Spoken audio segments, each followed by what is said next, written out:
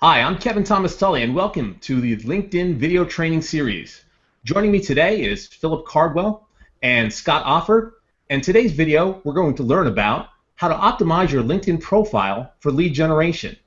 Now, there's Awesome. three main points you should consider when you're thinking about lead generation in your LinkedIn profile. They're your headline, your summary, and your photo. And if you optimize these three elements of your LinkedIn profile, you're going to be successful in generating new leads and attracting new visitors to your LinkedIn profile. So Philip, can you please take us to and walk us through what would be the most important aspects of describing how you can optimize your LinkedIn summary? Absolutely. If you take a look at one by a regular person, Bill Duncan, for instance, and I'm not picking on Bill Duncan, and I have no idea who he is. This is typically what people do in their profile. Unfortunately, they don't realize that probably 80 to 90% of your success on LinkedIn occurs in that 120 characters, meaning that when you visit someone else's profile, that's what they see. They don't really care if you're CEO of a company or what position you hold, what company you work for. What they honestly care about is, what can this person do for me? What is their skill set that I'm attracted to? And if you look at software solutions, mobile enterprise, platform as service, high-speed file transfer, if this person visited me, I don't, there's probably 10,000 people out there like him minimum on LinkedIn. It means nothing to me. Let's take another example. There's a guy named Rick. Let's look at Rick's profile and look at the difference very carefully. This is a very, very good profile. The Vistage chair part of it, I'm not so sure why that's there, but look what he did. Ask me how I help CEOs and business owners triple their company's growth rate while working fewer hours. Okay, if I'm going out and visiting CEOs and I'm a CEO and I see that this guy's visited me, and I don't know what company necessarily, I don't know what he's pitching, whatever, but all of a sudden I see this guy can triple my growth rate and I can work fewer hours. There's a 99.9% better chance that I am going to go and take a look at what this guy has to offer. Now, concerning the summary, when you go down, he does a very nice job of following this up. In his summary, he does something that's very good in sales, which is, instead of bringing something to someone's attention in a statement, he does it in the form of a question.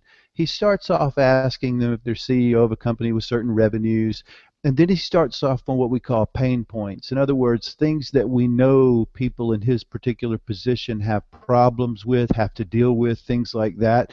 And then he talks about how he can answer those pain points. The one thing that he does not do, though, is give away exactly what that is. In other words, he leaves the door open for you to turn around and contact him to see what he can do for you. Very good profile, very good headline. If he searches the correct people, and I happen to know Rick, and he does, he gets a tremendous conversion rate by doing it this way. Yeah, yeah. And I'll just add, along with the summary, this one might be a little bit long. He's got some good styling here with those special bullets. But for instance, I'd maybe skip this here. It seems like maybe he did that more for SEO, or something, like maybe somebody told him that would be good to do.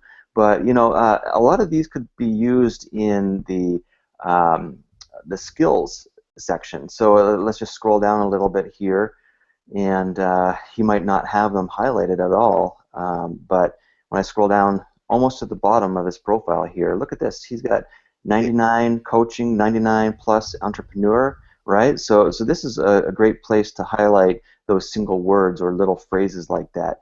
And Yes, I would Scott. almost recommend putting that closer to the top. Let me just add one thing, and Rick was a LinkedIn coach for many, many years, and I do think that he did that for SEO purposes in the top. I'm not so sure that that matters to most people, especially when we have ways now of automating things. But that's why they're up there. But other than that, I think it's a great profile. I mean, if everyone could write their profile like this, I mean, you change the way that business is done across LinkedIn. Yeah, And and I notice your headline here is a very good call to action as well. It just tells them I exactly what you do, what you are, and how you can help people. the one thing missing in Rick's profile, I believe, that I've put in mine is I take that small space in the beginning to tell them what field, and I'm no longer in this field, but I use this for illustrative purposes. I take that small 4 words to tell them crowdfunding and marketing expert. That way, at least right off the bat, they have an idea what field that I'm in, and then I turn around and I tell them what that benefit is by connecting with me or what it is that I'm able to do for them. And if I carry that a step further and I go out and let's say I go visit filmmakers tonight, I promise you I'll get emails all day tomorrow that'll tell me they've secured tax credits in Georgia. They're looking to fund another $5 million in crowdfunding. Can I help them? That's what LinkedIn should be meant to be used for. Yeah, And one of the important aspects that you both touched on is you're trying to drive more people to view your profile. And nothing is going to drive people away from viewing your profile than a poorly constructed photograph. And even though you were found some things that you'd like to improve on Bill's profile and maybe on Rick's profile, if you look at both of their photographs, they both have very strong photographs. The things that you want to consider when you're looking at a photograph is you want to make sure that the background is clean, you want to make sure that you're smiling, and whereas Rick took advantage of a full-size photograph and Bill has his shrunk down a little bit, that's mainly one of the points that I should say. You should take advantage of the space that is given to you. You also want to make sure that you understand that LinkedIn is a professional network. This isn't Facebook. You don't want to have any photographs that you're posting with your family or your friends or somewhere where you crop someone out so you have that claw hanging out in the background with a person who's obviously there. Take some time. You don't have to get a professional photograph. It's with the iPhones and the Androids these days. You can take a professional-looking photograph with your smartphone. Or if you don't want to do that, I'm sure there's someone in your office, if you happen to work in an office, who's a photography bug. You can ask them, hey, would you mind taking a headshot for me for LinkedIn? Because it's so easy, and there's really no excuse for you not to have a professional photograph where you're smiling with a clean background, because that's welcoming people to your profile. Any kind of other photograph that you have, people are going to judge you immediately on those three things, and a photograph is one of them. Yeah, yeah, Kevin, let me take it one step further in saying that no matter how poor your photograph is, any photograph is better than no photograph at all. You're exactly right, Philip. If you put a company logo or a sports team or just no photograph, that says to me that you really don't care about what your professional image is, and maybe this is someone who I don't want to connect with, or who is not going to have people visit my profile if that were the case. yeah, It's and even it's against LinkedIn's terms of service to have anything else than an actual photo. Even using a caricature of your face is against the rules, but some people do it.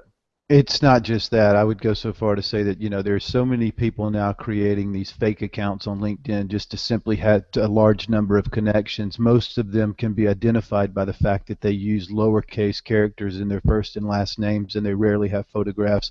I've gotten to the point now with almost 17,000 connections that I will not connect with someone who does not have a photograph. hmm Yeah, that makes sense. Well, that's great. Some really great tips on LinkedIn and how to set up your profile for lead generation. Kevin, do you have something to tie it all together? Just as a brief summary, headline, summary, photograph. Your headline should speak to the buyers and the prospects that you want to attract, not what you do. Your summary also should talk about pain points and ask questions without giving too much away. And your photograph should be professional and inviting. And always make sure you have a photograph, because no photograph means no business. Absolutely. Thanks, Kevin. You're welcome.